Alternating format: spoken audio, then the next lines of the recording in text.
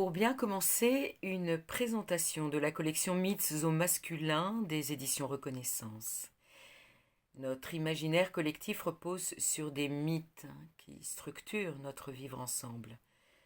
D'Ulysse à Hamlet, en passant par Pygmalion et bien sûr Oedipe, la plupart d'entre eux expriment le patriarcat, où l'homme agit dans la cité tandis que la femme l'influence, l'inspire, le manipule.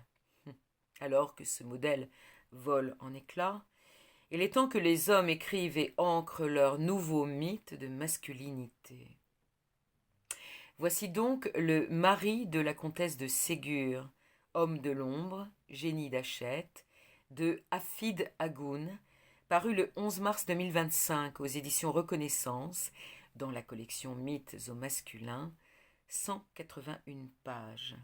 La chronique a été rédigée sur Évanance littéraire, la page Facebook et le site internet, le 11 mars 2025.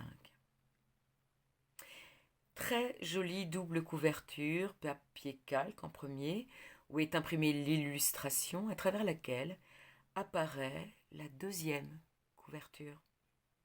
Plaisir des yeux, du toucher, en plus de la joie de découvrir un très beau texte. Une idée poétique et de circonstance, lorsque le sujet est de voir au-delà des apparences, de chercher qui se cache derrière la figure illustre de l'écrivaine.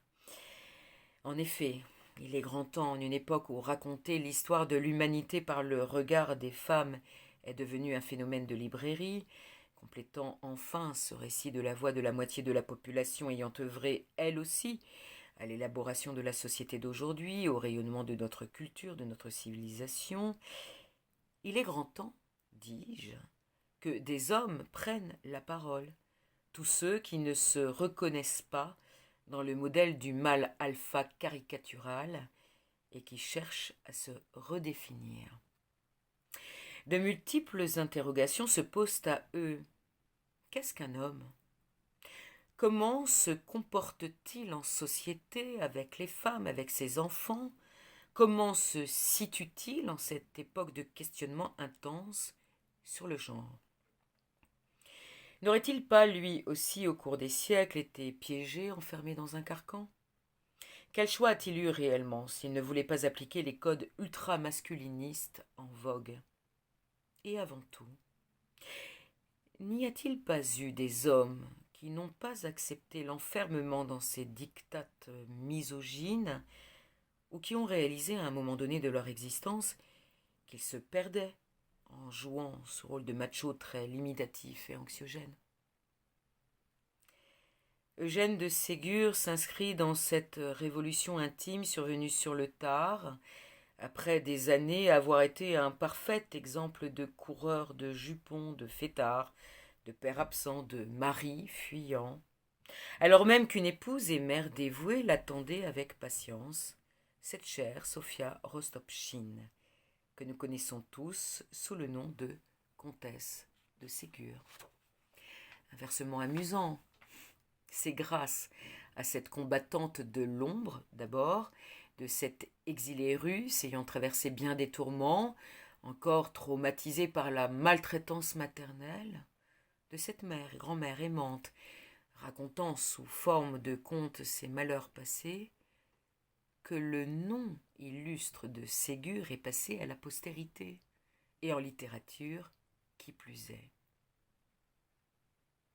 Mais comment cela a-t-il pu se produire ? Par quels moyens Eugène a-t-il pu rendre hommage à Sophia ? Avec la complicité de quel ami, célèbre jusqu'à nos jours ?